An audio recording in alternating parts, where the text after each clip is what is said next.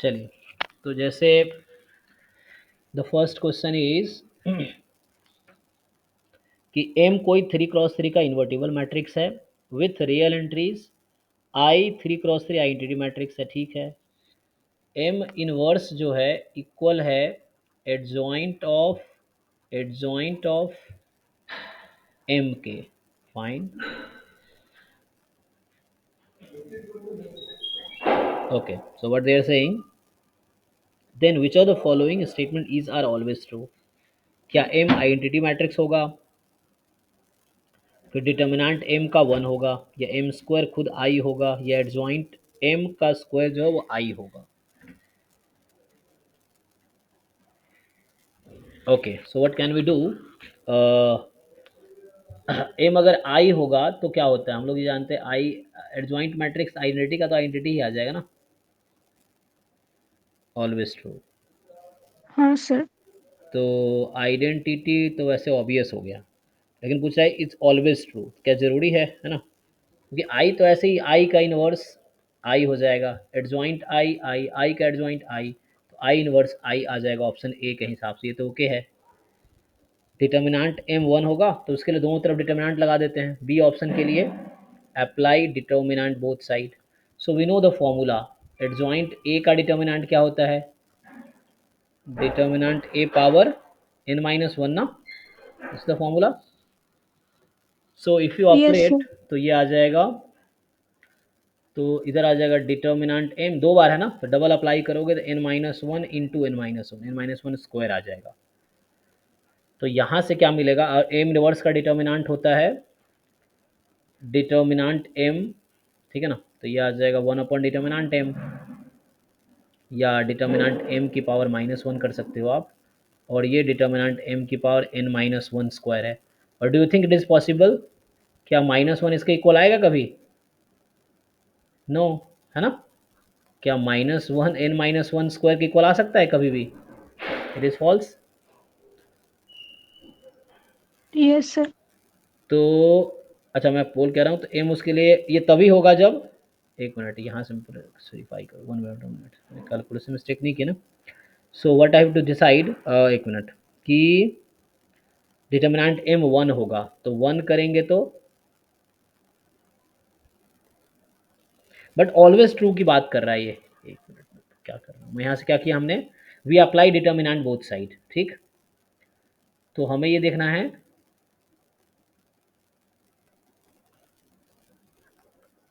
मैंने फॉर्मूले लगाए, सो आई तो ओके है, आई के लिए होल्ड कर रहा है, क्योंकि आई के लिए दोनों तरफ आई आ जाएगा, बाकी चीज़ें होल्ड, इन जनरल एम अगर 1 है तो ये ओके है, बाकी हाँ ठीक है ना, ये ऐसे इक्वल नहीं है जो मैं कह रहा था, दैट वाज फाइन, कोई दिक्कत नहीं है।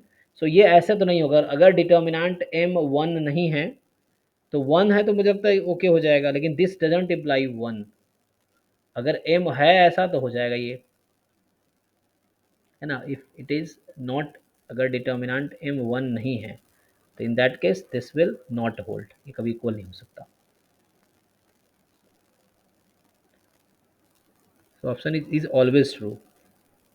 तो मैं एम डिटर्मिनेंट एम कुछ कोई और मैट्रिक्स लूँ तो होल्ड करेगा ये, विल नॉट वर्क।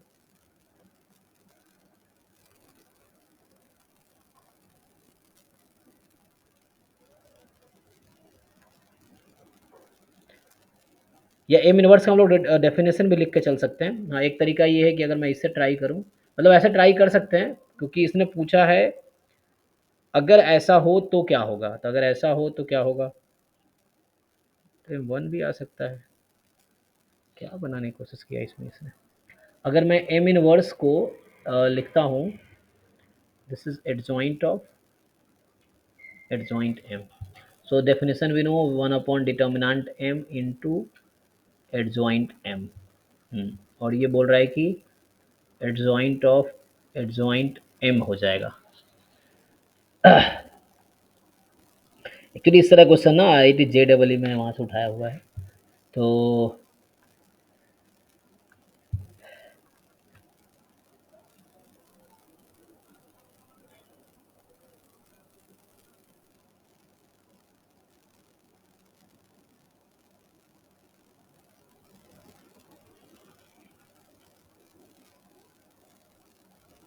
जैसे मान लो बाकी ऑप्शन गलत प्रूफ करना है फॉर एग्जांपल, तो यू टेक वन एग्जांपल जिसका डिटर्मिनेंट 1 आता है, फॉर एग्जांपल 0 1 1 0, अच्छा इसका डिटर्मिनेंट -1 आ जाएगा। ओके, तो मैं यहाँ -1 ले लूँ तो हाँ 1 आ जाएगा ना, तो डिटर्मिनेंट m यहाँ से आ जाएगा +1। ठीक है ना। तो अब क्या कर सकते हो आप, टेक दिस एग्जांपल एंड चूंकि इसका डिटर्मिनेंट m1 है, then which of the following statement is always true, कौन सा इंप्लाई करेगा। Sir, answer is B, C, and D. Hmm. Actually यहाँ पे दो आपको ये समझना है कि हमें ये नहीं देखना कि option implies what, we have to see this implies what, we have to see this.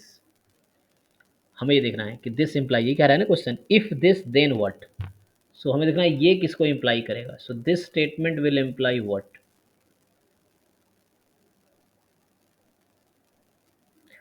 तो मतलब देखो m is equal to I जरूर सेटिस्फाई कर रहा है, but question is only I is possible और any matrix having this is okay. जैसे पहला ऑप्शन में m इज आई है, तो आई तो ऑलवेज ऑब्वियसली सेटिस्फाई कर जाएगा, but question is this imply m is equal to I only,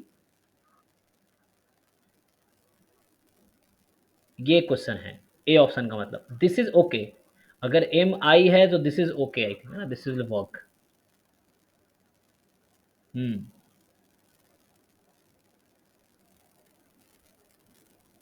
but question ये है कि यहाँ पे आपका ये क्या इंप्लाई करेगा, सिर्फ आइडेंटिटी मैट्रिक्स इसको सेटिस्फाई करेगी या नॉन आइडेंटिटी भी सेटिस्फाई कर जाएगी। जैसे यहाँ पे मैं ट्राई कर रहा था अभी, तो देखो ये ओके, अगर m नॉट 1 है तो ऐसा नहीं हो सकता, तो ऐसा होगा तो डिटर्मिनेंट m 1 होना पड़ेगा, है ना। सो यहाँ से this will imply determinant m is 1, otherwise they are not equal.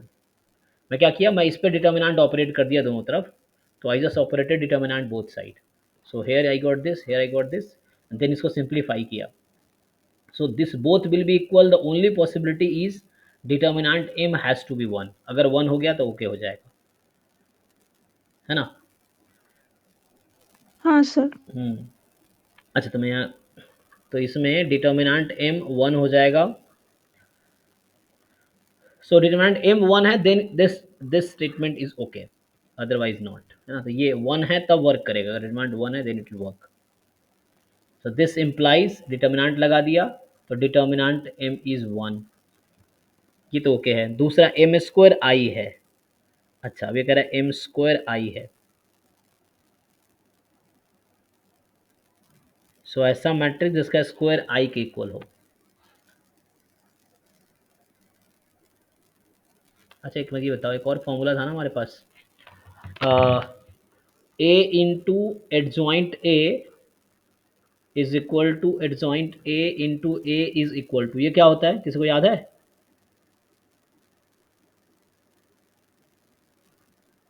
Determinant A into I, note में से डिटरमिनेंट में समथिंग आ रहा है। डिटर्मिनेंट सही ए है, इंटू आइडेंटिटी वही मैट्रिक्स, है ना। वही है सर। तो यहाँ जैसे है M inverse is equal to adjoint of M, so what if we multiply both side by adjoint M, तो अगर मैं एडजॉइंट एम से इधर भी मल्टीप्लाई कर दूं अभी, तो देखो ऑप्शन के हिसाब से you have to take actions, जैसे मैं अभी डी ऑप्शन के हिसाब से सोच रहा हूँ उसके हिसाब से, तो एडजॉइंट एम इंटू दिस, तो यहाँ पे adjoint M into adjoint of adjoint M, तो ये फॉर्मूला यूज़ करो आप, यूज़ दिस फॉर्मूला। तो मैं दोनों तरफ मल्टीप्लाई कर दे, इसका प्रोडक्ट क्या आ जाएगा राइट साइड, इसका प्रोडक्ट क्या आएगा, डिटर्मिनेंट ऑफ ए की जगह एडजॉइंट ए चल रहा है, ठीक है ना। यहाँ जो ए इस फॉर्मूले में जो ए है ना, एडजॉइंट एम है यहाँ पे, adjoint M into identity matrix, and here is adjoint M, and यहाँ से भी ओपन कर सकते हो आप, तो ये आ जाएगा वहाँ पर अपॉन डिटरमिनेंट ए, है ना। इसको खोलोगे तो यहाँ आ जाएगा adjoint M upon determinant M, definition inverse का। तो यहाँ से क्रॉस मल्टीप्लाई करके क्या आ गया देख लीजिए, adjoint M is determinant m की पावर 2, n-1 होता है ना। तो यहाँ से क्रॉस मल्टीप्लाई करोगे तो ऐसा कुछ आया, एडजॉइंट ए का स्क्वायर जो है इधर जॉइंट एम, लेफ्ट साइड क्या है adjoint M square upon determinant M, तो यहाँ से मिल के आया एडजॉइंट एम का whole square is equal to determinant M का क्यूब आ गया ना। देखिए क्रॉस मल्टीप्लाई करके ये आ गया, तो एक तो ये रिलेशनशिप आ रहा है, इम्प्लाइज दिस, जो रिलेशनशिप है ये इम्प्लाई कर रहा है।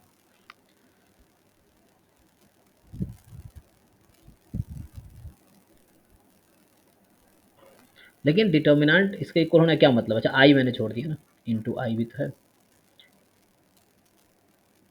हाँ तो इनटू आई भी है यहाँ पर, मैट्रिक्स क्योंकि नंबर है ना वो मैट्रिक्स है।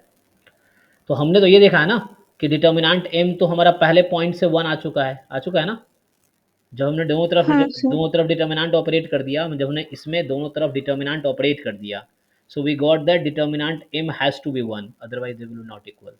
तो यहाँ से मिल गया determinant M has to be 1, अब डिटर्मिनेंट एम यहाँ अगर 1 पुट कर दूँ तो ये आइडेंटिटी मैट्रिक्स आ गई। तो यहाँ से एक तो ये आ गया कि एडजॉइंट एम जो है square will be identity matrix, एक तो ये हो गया है ना। और दूसरा जो आएगा हमारे पास, एक ये आ गया, एक ये आ गया, अब यहाँ से ठीक है, तो ये डी आ गया, जैसे बी मिल गया, डी मिल गया। अब एम स्क्वायर आई है, तो जैसे यहाँ पे M inverse we had adjoint of M, इस तरह से कुछ आपको है ना ऑपरेट करना पड़ेगा। सो दोनों तरफ मैं अगर इन्वर्स कर दूँ तो मुझे क्या चाहिए, एम स्क्वायर आई तक पहुँचना है।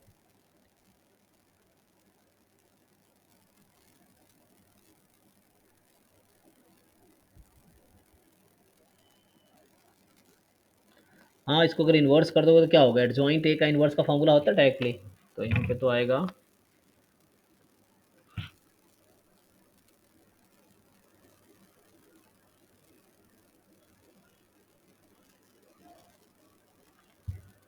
जब एडजॉइंट एम का स्क्वायर आइडेंटिटी मैट्रिक्स है, इसका क्या मतलब है, तो इसका ये मतलब हो गया,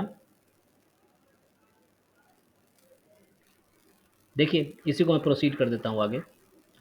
सो what if I divide it adjoint M by determinant M square is identity matrix, और इसको आप क्या लिख सकते हैं, adjoint M upon determinant M कितना हो जाएगा,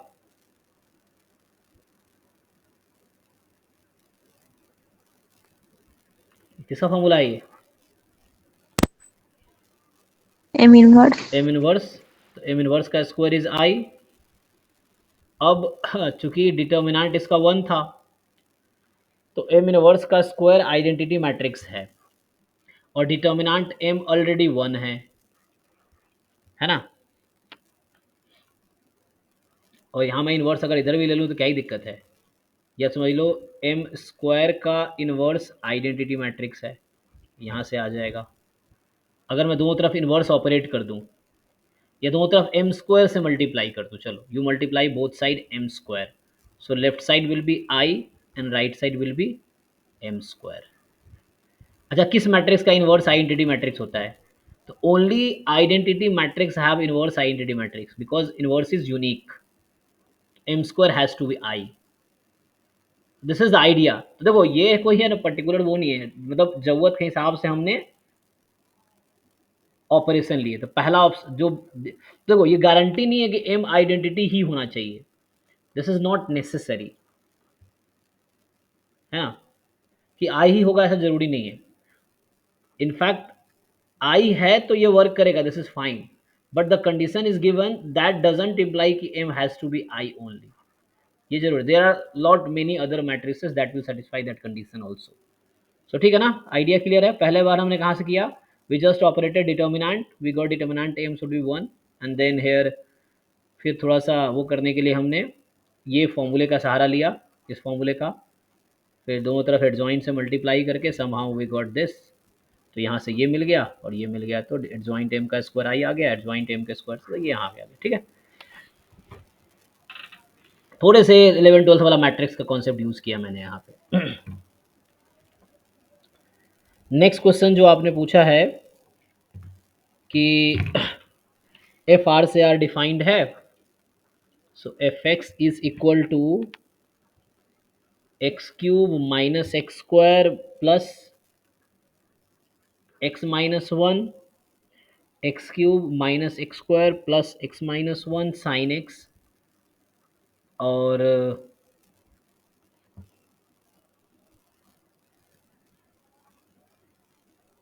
एंड जी दूसरा आपका आर्बिट्री फंक्शन है।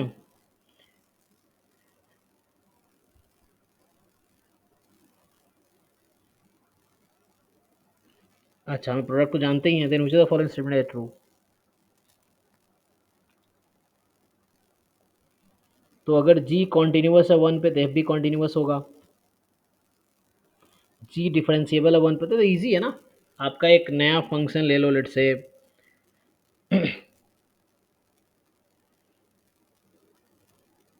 बी तो ऐसे ही ट्रू दिख रहा है, डिफरेंशिएबल है तो कॉन्टिन्यूस हो ही जाएगा। अच्छा, लेकिन मेरा प्रोडक्ट के बारे में बोलना चाह रहा होगा ये।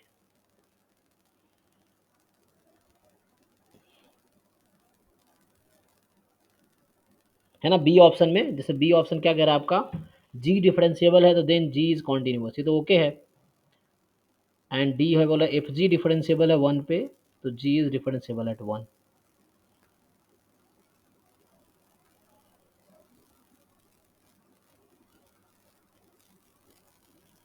तो इसको आप प्रूव करना, मान लो एच एक्स आई से it is F x into G X, मतलब एफ जी ऑफ एक्स, इस तरह से है। तो ये तो मुझे दिख रहा है कि दिस इज ओके ना, कॉन्टिन्यूस एंड डिफरेंशिएबल भी है, एफ तो ऑलवेज कॉन्टिन्यूस डिफरेंशिएबल है।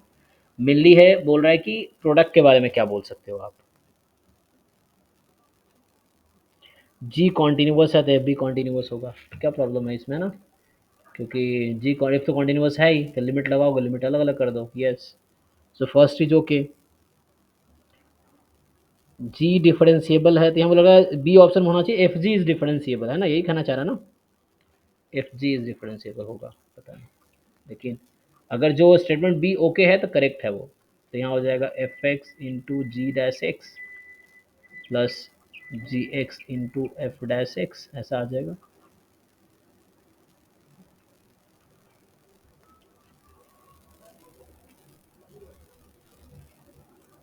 तो ठीक है, तो ये तो डिफरेंशिएबल है ही, अगर जी डिफरेंशिएबल है तो प्रोडक्ट भी डिफरेंशिएबल हो जाएगा, ठीक तो है। इसमें क्या डाउट है, समझ नहीं आया। Sir, answer is A and C. Answer is A and C. तो कॉन्टिन्यूस है प्रोडक्ट, अगर जी कॉन्टिन्यूस हो गया तो प्रोडक्ट डिफरेंशिएबल हो जाएगा, हैं, और जी डिफरेंशिएबल है तो प्रोडक्ट डिफरेंशिएबल होगा।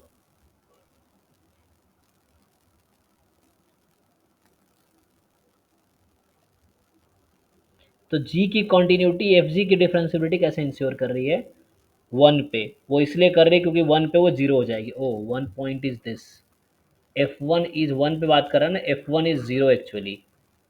तो व्हाट विल हैपन, तो यहाँ से जैसे एच डैश वन की बात करेंगे तो एफ वन जी डैश वन जी वन एफ डैश वन, और एक्चुअली एफ वन तो जीरो है, जीरो है ना जी, एफ वन तो जीरो है तो जी डैश वन क्या ही फर्क पड़ेगा, तो खत्म हो जाएगा। तो जब आप फाइंड करोगे डिफरेंशियबिलिटी तो ये टर्म तो जीरो हो जाएगी ड्यू टू एफ वन, तो ये जस्ट बचेगा g one into f dash one.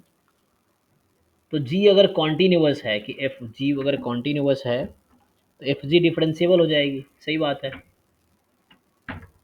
आ जाएगी ना, Okay, sir. हाँ हाँ. क्योंकि ये पहला टर्म जीरो हो गया, एफ वन जीरो हो गया, तो इसका जी डैश वन का रोल नहीं रहा, जब हम डिफरेंशियबिलिटी लगाएंगे तो जीरो ही हो जाएगी, चाहे वो जीरो ही हो जाएगी, तो इसको कोई इफेक्ट नहीं करेगा वन पे, है ना। हालांकि हम लोग ऐसे कर सकते हैं, एच डैश वन निकालेंगे ना, तो एच डैश वन निकालेंगे जहाँ भी जी एफ वन आ रहा होगा, एफ वन तो जीरो हो गया होगा इसीलिए। लेकिन हाँ, बी ऑप्शन क्यों गलत कर रखा है, जी डिफरेंशिएबल है तो जी कॉन्टिन्यूस होगा, लेकिन मुझे ऐसा लग रहा है कि ये बोलना चाह रहा है कि g is differentiable then f g is continuous.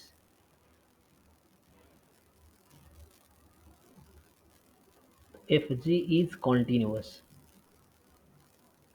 तो जी डिफरेंशिएबल तो जी कॉन्टिन्यूस भी हो जाएगा, कॉन्टिन्यूस हो जाएगा तो जी अगर डिफरेंशिएबल है तो जी कॉन्टिन्यूस भी रहेगा, और ऑलरेडी एफ कॉन्टिन्यूस है तो प्रोडक्ट कॉन्टिन्यूस हो जाएगा। टू फंक्शन का प्रोडक्ट, टू कॉन्टिन्यूस फंक्शन का प्रोडक्ट कॉन्टिन्यूस ही तो होता है, तो बी भी सही होना चाहिए। जो अभी लिखा है तो भी हाँ सही, सर। हाँ बी भी सही होना चाहिए, यस। इस तरीके से। एंड चलिए आपका क्वेश्चन कर दें। नेक्स्ट आपका जो क्वेश्चन है, ठीक है ना, जिसमें ओके है कि कुछ और पूछना है? प्रोडक्ट डिफरेंशिएबल है, जरूरी नहीं जी डिफरेंशिएबल होगा। हाँ, क्योंकि F1 जीरो है ना, तो ज़रूरी थोड़ी है जी डिफरेंशिएबल ही होगा। जी डिफरेंशिएबल नहीं भी है तब भी हाँ ये एच डिफरेंशिएबल हो जाएगा। तो डी इसलिए गलत है क्योंकि यहाँ पे F1 जीरो हो जा रहा है, F1 जीरो हो जा रहा है, इसलिए ये वाला टर्म ऐसे ही जीरो हो जा रहा है। जी डिफरेंशिएबल नहीं भी है तो भी काम कर जाएगा, इसलिए डी गलत है। ए भी सही होना चाहिए, ठीक है। जो नेक्स्ट क्वेश्चन आपका है, सर आप जो बता रहे थे उस क्वेश्चन का आंसर 3 है। कौन सा क्वेश्चन का? जो थोड़ी देर पहले किया था, जो इनफाइनाइट टाइम डिफरेंशिएशन था, फाइनाइट टाइम हाँ डिफरेंशिएशन। ठीक है ना, थ्री तो हमने किया ही था, ठीक है ना। तो उसमें ये किया था मैंने कि लाइक है ना, जैसे उसने कहा था ना 2 बार नेचर चेंज कर रहा है, ठीक है फिर तो, है ना। तो इस तरह एक क्रिटिकल पॉइंट ये है, एक क्रिटिकल पॉइंट ये है ना। तो यहाँ जैसे पॉजिटिव एफ डैश एक्स, यहाँ नेगेटिव है, यहाँ पॉजिटिव है, और ये ऐसे हो जाएगा मान लो रफली, ठीक है इस तरह से। तो रफली में बता रहा हूँ सीधे, तो कोई मैक्सिमम जो होगा 3 बार कट कर सकता है, मैक्सिमम 3 बार कट कर सकता है इसको, क्योंकि 2 क्रिटिकल पॉइंट है ना। ऐसा होगा, ठीक है। ओके। सो नेक्स्ट क्वेश्चन जो है कि this is a series -1 raised to power के and k raised to power p log k, ठीक है, और k फ्रॉम 1 to infinity। तो summation k from 1 to infinity -1 की पावर k, इसको थोड़ा और रिड्यूस करोगे, ये क्या है? p log k। अच्छा, अरे लैब नीचे वाला तो नहीं है। तो -1 की पावर n, n की power n, p log n, p क्या है? अच्छा, p पे डिपेंड कर रहा है, p क्या होगा।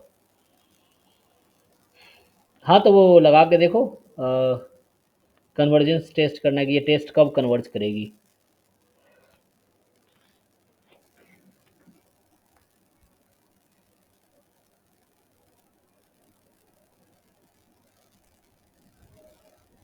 हाँ तो उससे अप्लाई करो, यू जस्ट अप्लाई के में प्रॉब्लम है तो एन के टर्म में लिख लो, अगर वैसे दिक्कत हो you write in terms of n, n की पावर पी लॉग एन, है ना, n from 1 to infinity। So this is something like summation a n, या तो रेशियो टेस्ट लगा लो या रूट टेस्ट लगा लो, जो भी कन्वर्ट हो जाए, लेकिन उससे करना करना तो पड़ेगा।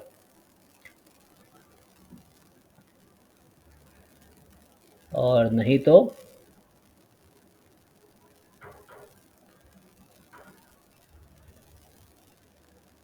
कॉची टेस्ट क्या था, कॉची कंडेंसेशन टेस्ट, तो उसमें होता है कि समझ, सर वो 2 की पावर के और a की पावर 2 के टाइप लिखते हैं, वो वाला है कॉची हाँ कंडेंसेशन। हाँ, तो यहाँ पे जैसे 2 की पावर के और ए 2 की पावर के ऐसा करते हैं ना। Yes sir.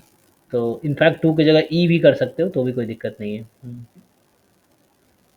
तो ई की पावर के भी कर सकते हो, तो 2 था, ए कोई भी मोर देन 1 नंबर है उसके लिए कर सकते हो तुम, तो इसको भी कर सकते हो। तो अगर इसमें रिड्यूस करूँगा तो क्या हो जाएगा, ई की पावर एन, ए ई की पावर एन, तो ई की पावर एन रखो, और इसमें जहाँ जहाँ एन है ई की पावर एन कर दो,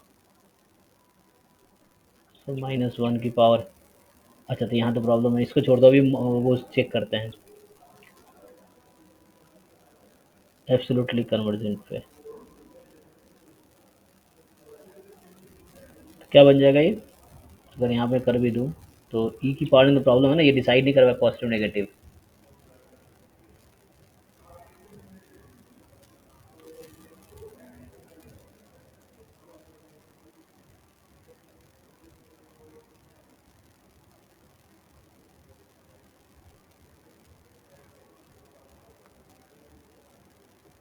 और उसमें जगह एक बार यहाँ आ जाएगा तो मल्टीप्लाई हो जाएगा N square P.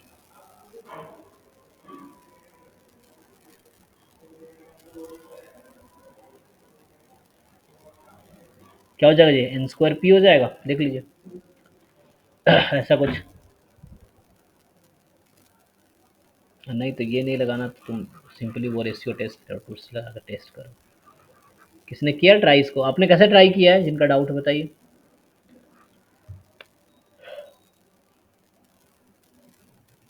Sir ratio test and Cauchy condensation try किया बट नहीं हुआ।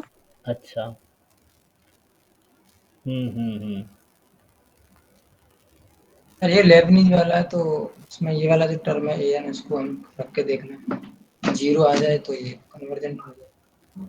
अल्टरनेटिव सीरीज है ना सर ये? अच्छा, पहली बात तो ये है कि व्हाट इफ द लिमिट, इसमें आप चेक कीजिए, इसका लिमिट जो है, limit n tends to infinity n की पावर p log n जो है, ये क्या आएगी, can we calculate this limit. So अभी तो पुट करोगे तो इन्फिनिटी की पावर इन्फिनिटी है ना। इन्फिनिटी रहेगी सर ये तो फिर सीधे सीधे। और ये कोई इंडिटरमिनेट फॉर्म नहीं बनाएगी ना इन्फिनिटी का इन्फिनिटी? हाँ देखो, इन्फिनिटी की पावर इन्फिनिटी इंडिटरमिनेट टर्म है, नहीं, नहीं है सर, नहीं है ना। नहीं है।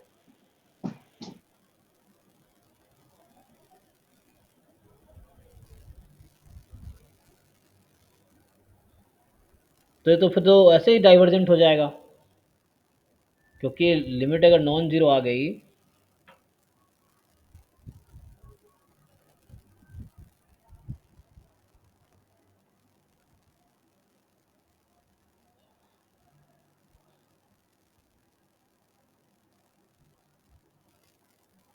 तो गड़बड़ ना, कुछ क्वेश्चन में मिस्टेक है फिर तो, सर बिकॉज ये के की पावर ये पी लॉग के की, लेकिन ये लेकिन वाला पी का रोल ये होगा वाला ना। टर्म इंक्रीजिंग है डिक्रीजिंग है ये?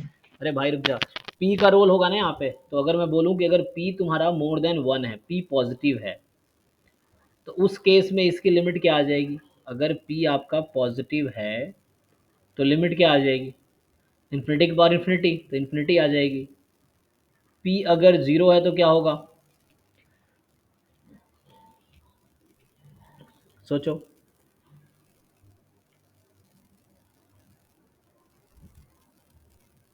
वन। वन आ जाएगी। और पी अगर नेगेटिव है तो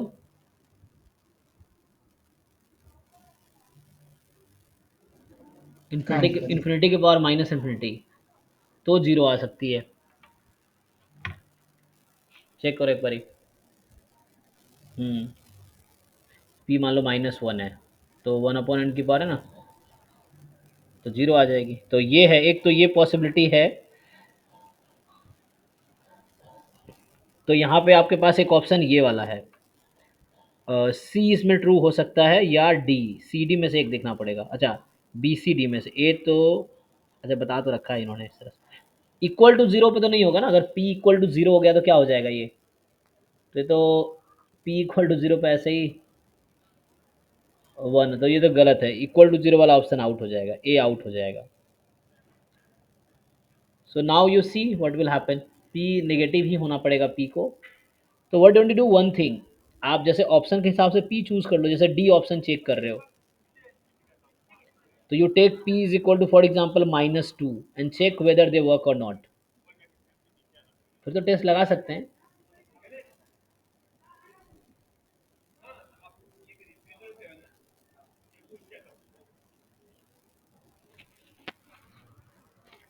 p को जैसे माइनस वन बाई टू रख के देख लो, पुट करके देखो, क्यों नहीं आना चाहिए, आना चाहिए। सर ये एमएसक्यू टाइप है? तो पता नहीं M S Q M C Q है।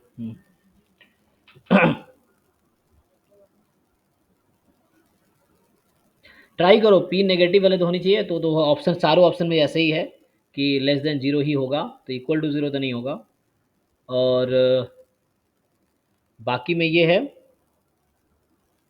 तो बी सी डी में चेक करना है। कंडीशनली कन्वर्जेंट क्या होता है कि खुद कन्वर्जेंट है लेकिन इसका मॉड लेने पे कन्वर्जेंट नहीं होगा। तो मतलब कंडीशनली का मतलब ये हो गया कि series n p log n this is divergent, अगर ये डाइवर्जेंट हो गया तो will say it is conditionally convergent.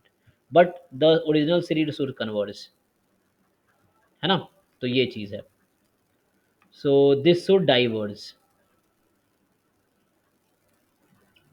So n की पावर p log p है ना, ये जो है दिस शुड डाइवर्ज।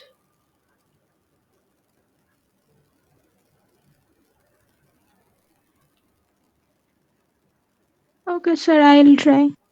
हाँ, इसमें करके देखो आप, इसमें अप्लाई करो test, you put what you do according to options. For example I don't think problem होना चाहिए, लॉग ले लेंगे तो इजीली आ जाएगा। जैसे मुझे अगर चाहिए a n if I take n raised to power as per option D if I try converges only for this. अच्छा, तो ऐसा मुझे लग रहा है बी ऑप्शन इसमें ट्रू होगा शायद। क्या ट्रू है, बी है या सी है? बी सी में से कोई एक होगा, देखना पड़ेगा करके। so, इनकी पावर जैसे पी लॉग है ना, पी आप पुट कर लो। For example I take -2, okay let's say. तो -2 के लिए चेक कर लो, एन की power -2 log n, and then we can try for this कि 1/n की पावर 2 log n है। सो a n plus one upon n इससे कर सकते हो, और नहीं तो आप उससे कर लो, रेशियो टेस्ट या रूट टेस्ट, इससे ट्राई कर सकते हो आप। अब क्वेश्चन है एन की पावर लॉग एन का लिमिट क्या होता है, what is limit for this? Limit n tends to infinity n की पावर लॉग एन कितना आएगा?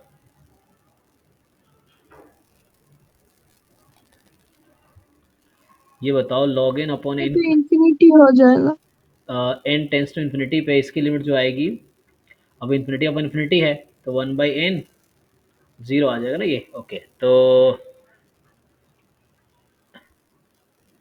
अच्छा, तो वैसे तो वो आ जाएगा, ये आ जाएगा जैसे जीरो और इधर इन्फिनिटी है। हाँ वैसे तो इन्फिनिटी के बाद इन्फिनिटी -2 है ना। तो ये तो इन्फिनिटी है। हाँ तो अब इससे आ जाएगा ना, एक आइडिया मिल जाएगा। You try to find limit of this, you find this, और है ना, you may try a n की पावर 1/n, इससे ट्राई करो, देखो क्या आता है ना। तो उससे कुछ आएगा। Okay, sir. Apply root test और this by fixing value of P की वैल्यू फिक्स करके देखो, नहीं तो फिर मैं ट्राई करता हूँ। जो जो क्वेश्चन रह जाएगा अब फिर दोबारा कभी पूछना है ना एंड में, देन वी कैन ट्राई। अभी जो अगला क्वेश्चन, सर इसका कौन कौन सा ऑप्शन सही है? ऑप्शन मैं डिसाइड नहीं किया, अभी सॉल्व करना पड़ेगा, पूरा सॉल्व किया नहीं मैंने। तो आपको सर क्या जो पूछा है उससे बोल। अच्छा उसमें, अच्छा हाँ, उन आप देखिए उसमें क्या ऑप्शन दे रखा है, मतलब आंसर की में। ये टेस्ट का ही है आई थिंक क्वेश्चन, अब सारे टेस्ट देखो उसमें होगा। हाँ सर, आंसर मुझे एक बार चेक करना पड़ेगा। अच्छा ठीक है, कोई बात, वो देख लेना आप उसमें। तो which of the following is not necessarily true for the continuous function f on 04? Which of the following is not necessarily true about a continuous function f on 04? So you have said that f is continuous on 04. So like 0 to 4 it is to r, it is a continuous function. So what is not necessary? So this is continuous on 04. Okay. The function achieves its maximum on 04. No, it may not, है ना। The one example is fx बराबर you take 1/x. So since 0 is not in the domain, it's okay. So it is continuous on open 04. There is no problem. And function is bounded. Oh, so how b is true? This example is bounded है। अच्छा check कर लो, तो 0 पे तो infinity की तरफ जाएगी ये। Continuous function f on 04. The function achieves its maximum on 04. No. Function is bounded, no may not, जरूरी नहीं है ना। अच्छा एक मिनट,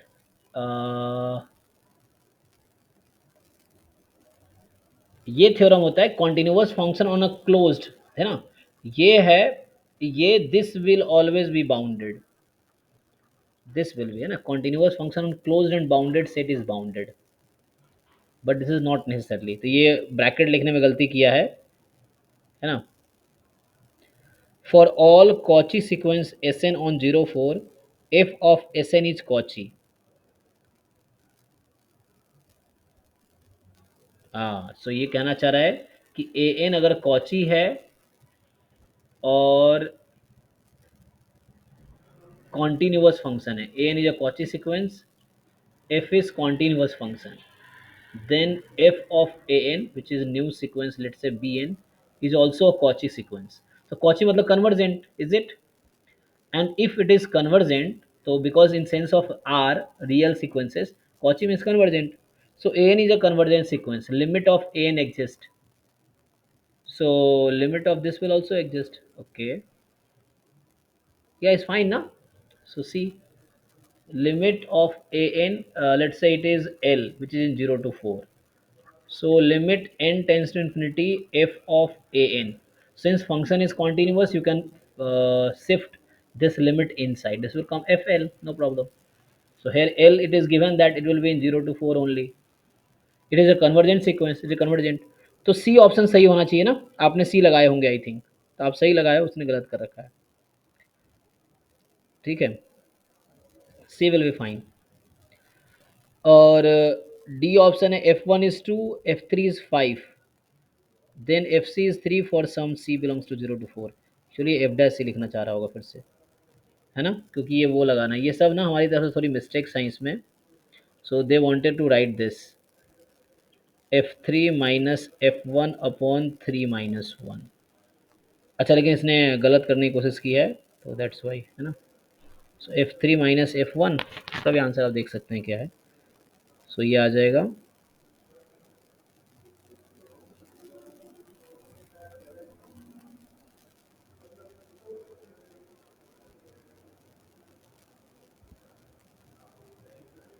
ठीक है ना। दस मुझे लग रहा है, देखो यहाँ पे इसने कहा है कि F1 2 है, सी ऑप्शन ट्रू है ना, बाकी सिंगल ऑप्शन करेक्ट मुझे लग रहा है क्वेश्चन। तो कॉन्टिन्यूस है ये 0 से 4 में, तो 1 पे वैल्यू 2 है, 3 पे वैल्यू 5 है।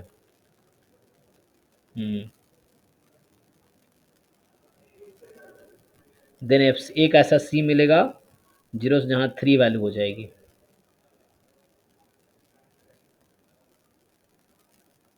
बट ज़रूरी नहीं है ना, इट इज़ नॉट नेसेसरली कि 3 ही आएगा।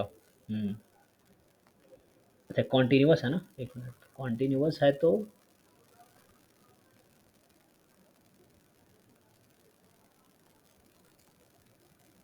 द फंक्शन इज कॉन्टिन्यूस ना, so corresponding to 3 you must get 1। यहाँ पे क्या है हमारे पास, तो अगर ये एम एस क्यू होगा तो ये भी सही हो जाएगा फिर तो।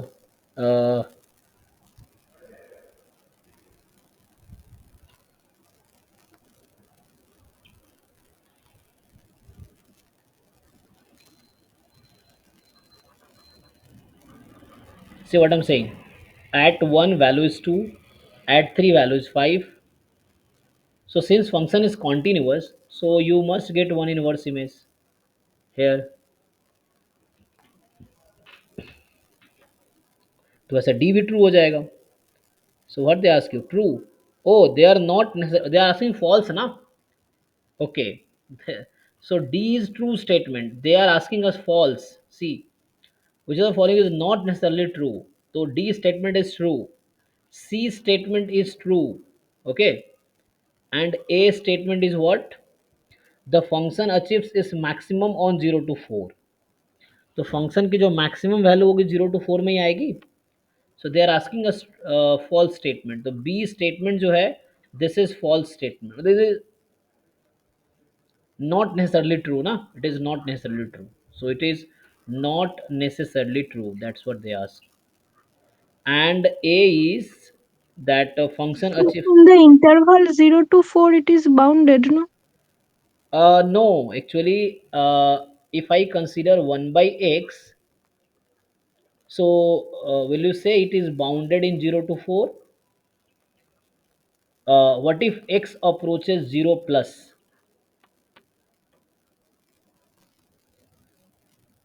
Bounded means what? The function attains finite value in that interval. So if x tends to 0 plus, then fx tends to plus infinity, na? This is not bounded. sir. Yes. Okay.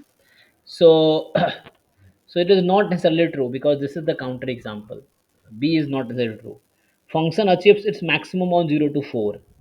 So like this example, so although it function has a range 1 by 4 to infinity, function will attain 1 by 4 to infinity. So maxima is not in the set.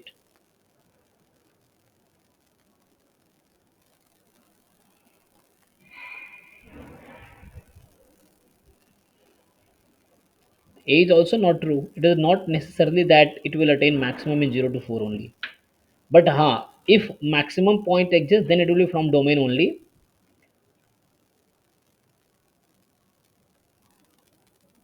If there is a continuous function, if maxima exist, then it will be from the domain only. Otherwise, so point of maxima, point of minima lies in the domain only.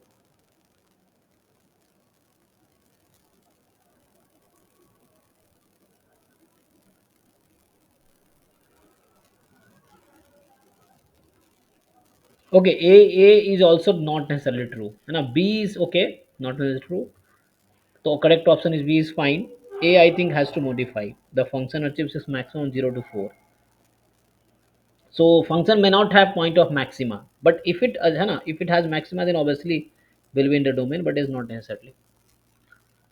So थोड़े से ना B option ठीक है, बाकी ए में थोड़ा modification चाहिए.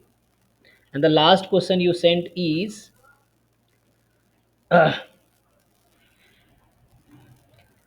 कि आपका area enclosed between 0 y x square plus 1 है ना, 0 वाई एक्स प्लस 1, ठीक है, and x half to 2. Okay, so if I make the graph, y बराबर 0 मतलब x axis, okay, and y बराबर 0 x एक्सेस, ओके, y बराबर x square plus 1, तो y बराबर एक्स स्क्वायर, y बराबर x square plus 1, तो ऊपर चला जाएगा, 1 से स्टार्ट होगा. y बराबर x प्लस 1, तो पहले इन दोनों का इंटरसेक्शन पॉइंट देख लो क्या होगा. एक्स स्क्वायर प्लस 1 बराबर एक्स प्लस 1, तो x square is x, x 0 and x 1, ये दो पॉइंट ऑफ इंटरसेक्शन आएगा, तो ये लोग 1 पे मिलेंगे, 1 पे मिलेंगे. तो ये ग्राफ है एक्स स्क्वायर प्लस 1 का, ये ग्राफ है एक्स प्लस 1 का, ठीक है, एक्स स्क्वायर प्लस 1 का और एक्स प्लस 1 का. तो यहाँ से क्या आएगा, ठीक है ना. तो द पॉइंट इज एक्स इन्होंने कहा है हाफ टू 2 ले जाओ, अच्छा हाफ टू 2 ले जाओ, okay. So you have to consider x as half, half is here 0, यहाँ 1, तो हाफ, और 2 तक जाओगे तो ये आगे जाएगी, so let's say here it is 2 for example. Okay, so you have to find the area bounded by y between 0 x-axis and this, y between 0 and this. तो लाइन के नीचे का एरिया चाहिए, कर्व के नीचे का एरिया चाहिए, हाँ. अच्छा, तो आप लोगों ने रीजन गलत सेलेक्ट किए होंगे, तो this is our region and half to ये चाहिए एक्चुअली. देखिए ध्यान से, हाफ टू 2 ना, समझ आया कि नहीं. देखो यहाँ ग्राफ बनाता हूँ फिर से. एक है y बराबर x square, this is y बराबर एक्स स्क्वायर रफली, y बराबर एक्स, समझिए. तो ये जो पॉइंट है ये 1 है, लेट से मैं थोड़ा पास में ही 2 कर देता हूँ, यहाँ हाफ है. तो इसने कहा है कि y जो, बराबर और तो सर 0 से पास करेगा ना. अरे एक्स स्क्वायर प्लस 1, सॉरी, देखो ध्यान से क्वेश्चन ग्रुप में, एक्स स्क्वायर प्लस 1, सो वाई बराबर एक्स स्क्वायर प्लस 1, है ना, इस तरह से देखो. तो y बराबर एक्स स्क्वायर प्लस 1 ये है, y बराबर एक्स प्लस 1, y बराबर एक्स स्क्वायर प्लस 1, ठीक है, और ये आपका 2 है यहाँ पे, तो 2 पे ये हो जाएगा। सो सी केयरफुल्ली, तो यहाँ आपका 1 है, ये हाफ है, तो मुझे इसके नीचे का एरिया चाहिए, ये एरिया चाहिए, एंड मुझे दोनों के नीचे का एरिया चाहिए ना, इंटरसेक्शन है ना y बराबर 0 टू दिस, तो मुझे ये एरिया चाहिए। देखो, तो जो व्हाइट रीजन में बना रहा हूँ ना, that area you want actually. So can you calculate this, tell. 2 part में हो जाएगा। Okay sir. है ना, तो ये आपने रीजन गलत सेलेक्ट किए होंगे, so that's why. So in 0 to 1 है ना, अगर आप बनाओगे, so D Y D X, अगर मैं लिखूँ D Y D X, the first Y is 0 to x plus 1, no no X square plus 1, है ना, X square plus 1, and X between half and 1, and दूसरा plus double integration D Y D X, तो यहाँ से जो y की limit है, ठीक है ना, 0 to x plus 1, and this is 1 1 to to 2। 2। जी जी, इससे आ जाएगा। चलिए, तो आपके डाउट खत्म हो गए। चलो, तो ऐसा करते हैं, किसी का डाउट रह गया? सर मेरी डाउट है सर। जी बताइए। सर एक ही है सर, मतलब आपने क्लास में कराया था उसमें थोड़ा सा प्रॉब्लम है। ठीक है ठीक है, अभी कर लेते हैं, ये लास्ट क्वेश्चन होगा, क्योंकि मुझे एक्चुअली अभी यहाँ से निकलना है, मैं नेपाल में हूँ, यहाँ से बैंगलोर जाना है, बैंगलोर से फिर मुझे खड़गपुर जाना है। सो अभी मुझे बस पकड़नी है रात को यहाँ से 10 बजे, तो अभी क्लास में 8 बजे स्टॉप करूँगा, तो पैकिंग भी करनी है, ठीक है। तो ठीक है, 36 आपको बता देता हूँ मैं।